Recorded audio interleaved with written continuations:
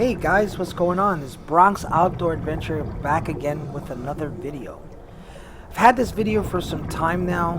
Decided to work on some voiceovers and sharpen my skills here a bit with my video content. So I'm gonna be narrating what's going on in this particular video. Please feel free to comment, like, dislike, give me some pointers. Look at my face. Super excited. Haven't been in the water in a while at that point. But yeah, back to the video.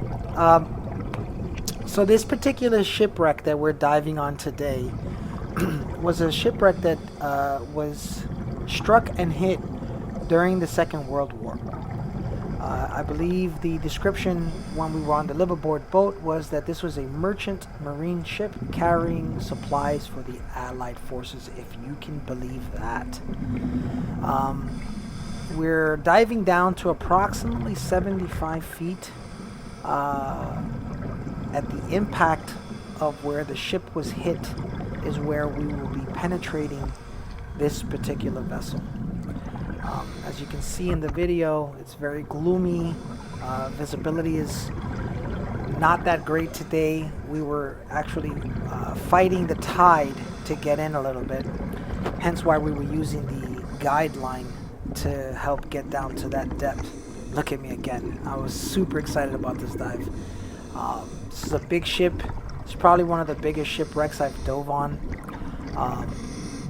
Very interesting boat. There's a lot to see. So right now we're getting together. We are kind of congregating at the penetration point so we can enter in as a group. As you can see, I have the fins of the dive master. And please forgive my spotty photography. It's my first time with a GoPro in the water. And I didn't even have the appropriate lens to capture the best color saturation as possible. Like they say, right? Out of the frying pan and into the fire, right? So we're getting together, we're congregating, we're ready to penetrate this vessel.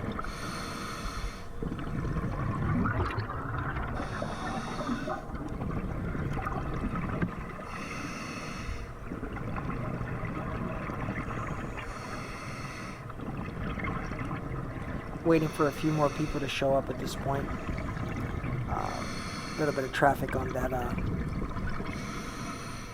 guideline.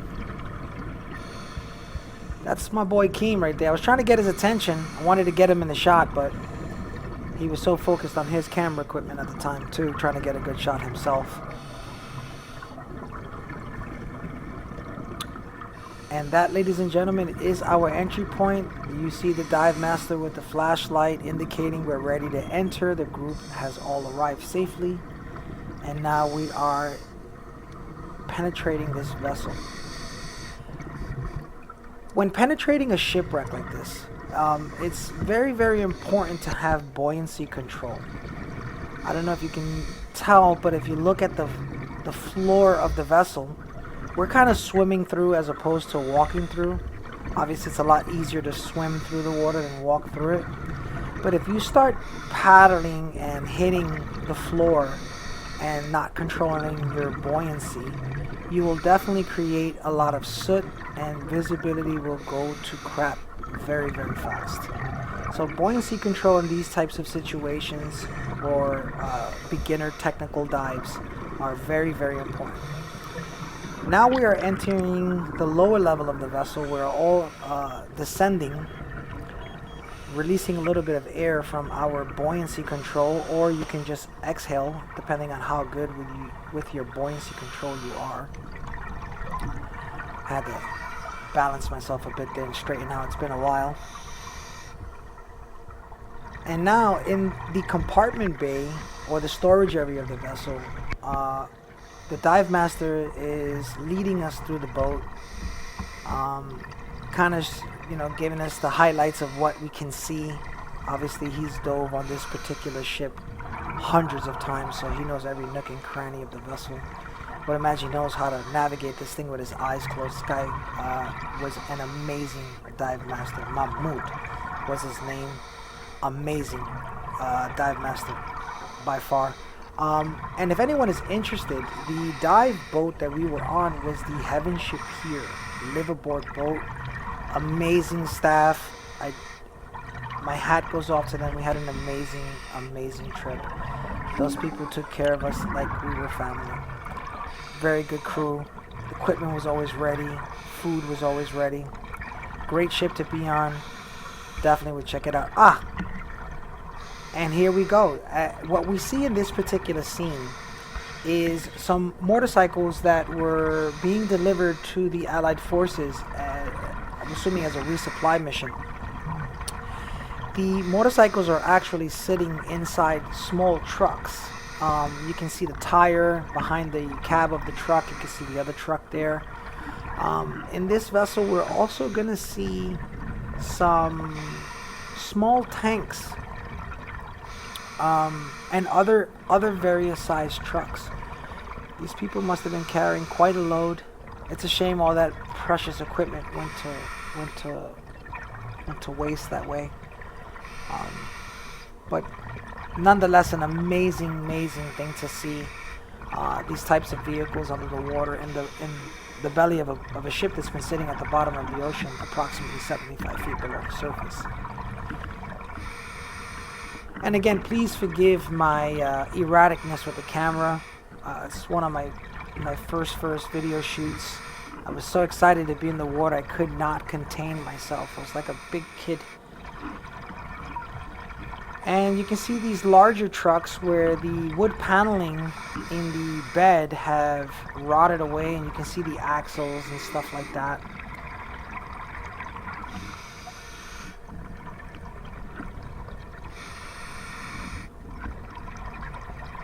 You can see my novice trying to get all of the truck in this shot, not knowing what to do with myself.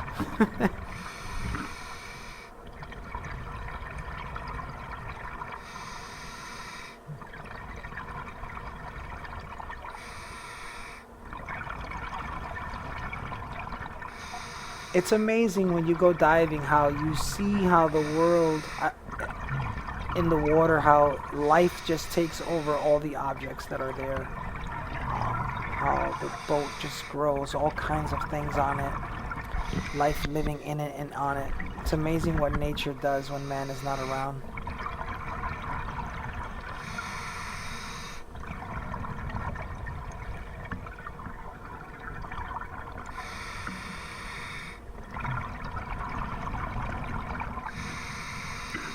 Yeah, at this particular point, I don't know if you noticed in the video, the currents are beginning to pick up a little bit.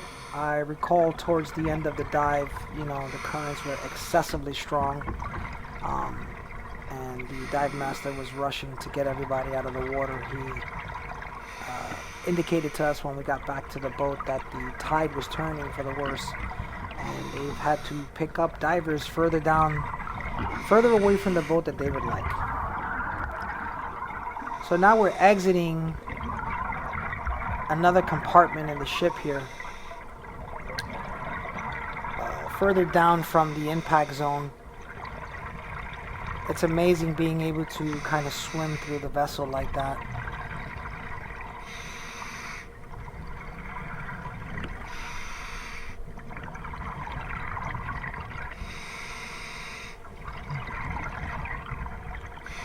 And for anyone that's interested in scuba diving, I highly recommend it. It's a one-time license. You get certified, you're certified for life. And you are licensed to get in the water and explore the ocean at your leisure. There is so much to explore and learn. Share those discoveries with others and your passion. You can even turn this hobby into a career if you so desire. There's so much potential. Me checking my dive computer. That's absolutely imperative that you check that thing as often as you can. Make sure that you are with the right amount of air, and checking your depth. Make sure that you're not going beyond your licensed depth or training. Definitely don't want to do that.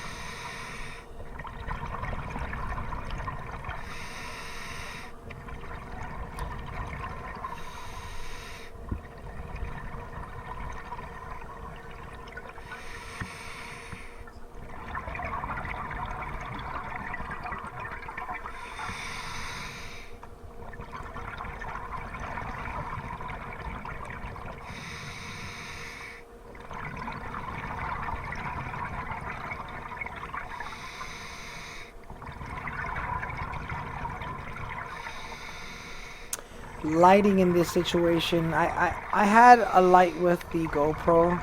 I wasn't aware what I would need to illuminate the area better.